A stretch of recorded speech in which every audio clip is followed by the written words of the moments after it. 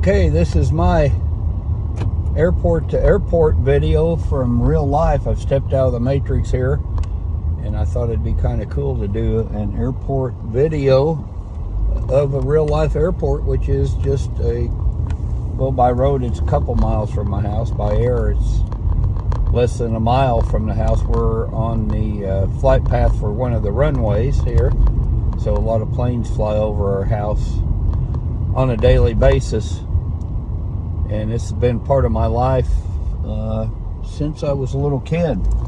This airport, I've had been out here many times. It used to be a military base. It was donated, the land for the airport was donated by farmers back in 1943, I believe, for World War II. It became a training base for paratroopers and glider pilots. So a lot of the glider pilots that participated in D-Day were trained here at Bakalar Airport. So that's pretty cool. And they have a museum there now, an air museum. I don't know that I'll get it in today's video, but they have a museum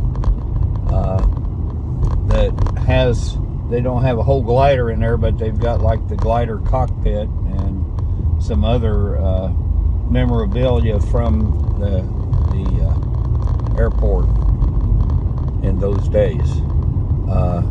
They had a wooden control tower that was taken down, and the new one, the one that replaced it, was put up, I think, in 1952, and it's still there, although they do have plans to take that tower down and put in a new tower.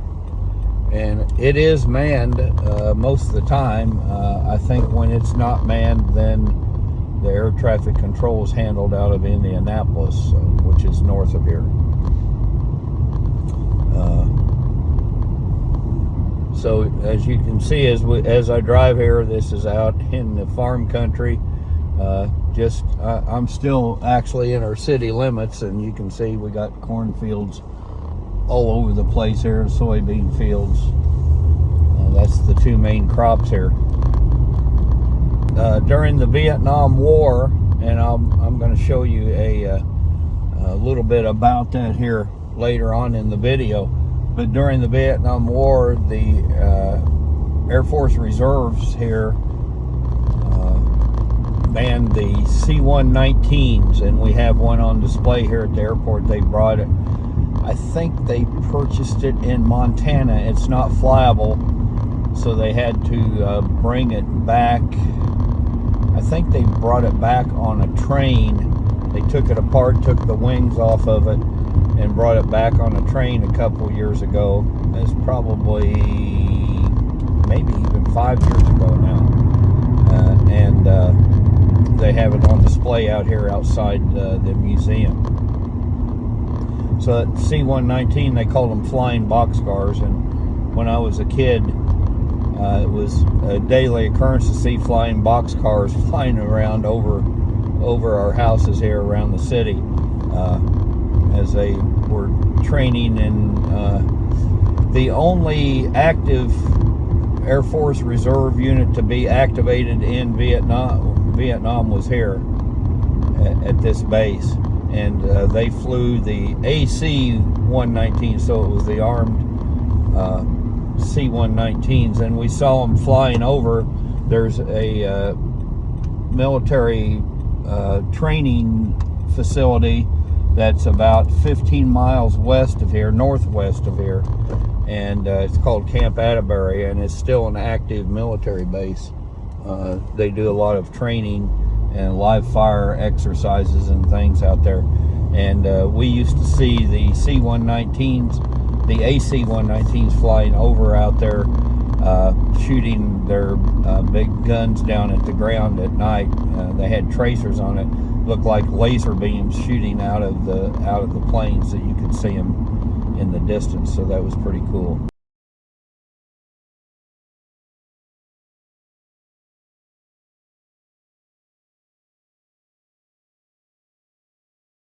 But as we go up around here now, you maybe saw the C-119. Dead ahead is the terminal building.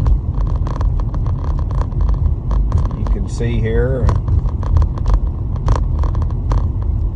And there's a restaurant in there called The Hangar.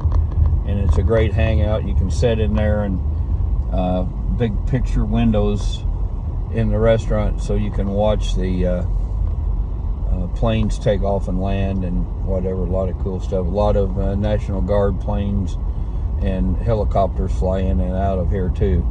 Dead ahead of me is a facility called the Propeller, and that's a maker space. You can pay a monthly membership, I think 30 or 40 bucks, and come in and use machineries and machines and welders and do all kinds of stuff there. There's a museum there. We're just passing on our right, and let's see if I pull around here and get you a good shot of the C-119. Of course, it says do not enter right here. There's nobody here, so there's the C-119. Okay, so here's our Charlie 19. It's a C-119. These planes flew out here in the 50s and 60s, and we used to see a lot of them going over our city all day long sometimes.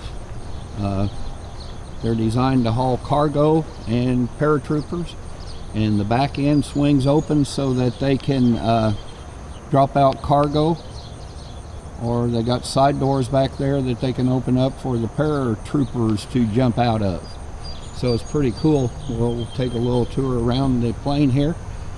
So anyway, here's the Charlie 19, they call it, and pretty impressive plane. When I was a kid, like I said, I used to see these fly over. My brother-in-law was in the Air Force Reserves out here, and he would bring me out here with him sometimes during the week when there wasn't much going on, and let me climb up in the planes that sitting in the hangar, and I got to sit up in the cockpit and everything.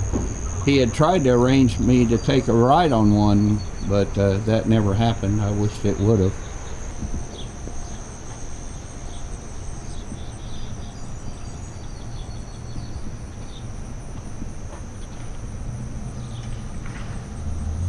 So there she is, a beautiful flying bird. I hope someday they can restore this. They did do the restoration as such that if someday they get the funding, they could return it to flight status, but I don't know if that will ever happen. That's a big if. And out here across the field, I'm going to show you the beacon tower, which I think is really cool. It's a vintage beacon tower from the 50s, and it was I heard that they were going to take it down, but I hope they don't. It's functional at night with the green and white light for civilian airport. And of course our control tower here, which is also very cool. I love towers, and they have plans to take this tower down and put up a new one. I'll find the picture. I'm hoping to put a picture of that in this video along with it, but that was built I think in 52 or 54, and it replaced the original tower that was here, that was put up by the Army Air Corps in the 40s. So they tore the wooden tower down and put this one up, and it's been there ever since. So it's manned a lot of the time, but if it's not manned, then Indianapolis handles all the air traffic control here. So, but they do have a controller here most of the time, at least during the day.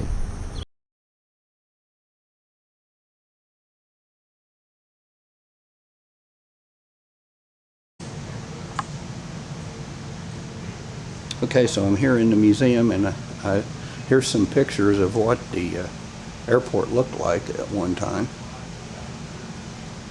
And here's what I remember the main base when you came in.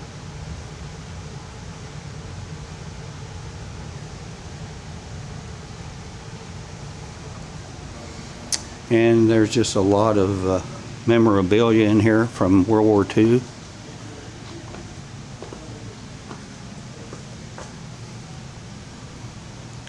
very well put together little museum. And they have a veterans gallery in here.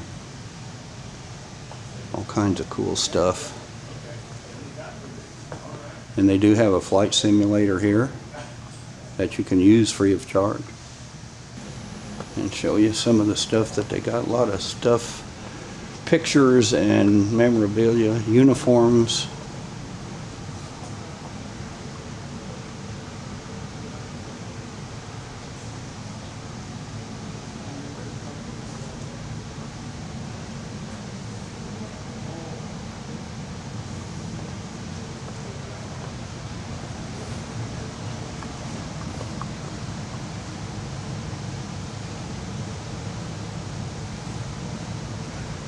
Cummins Engine Company is headquartered here in Columbus, Indiana. In fact, I worked for them for 30 years, and this was a generator set that was from World War II.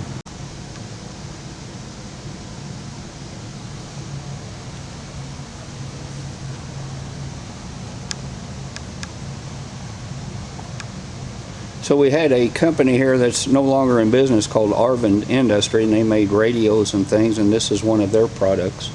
It was a radio receiver BC639A,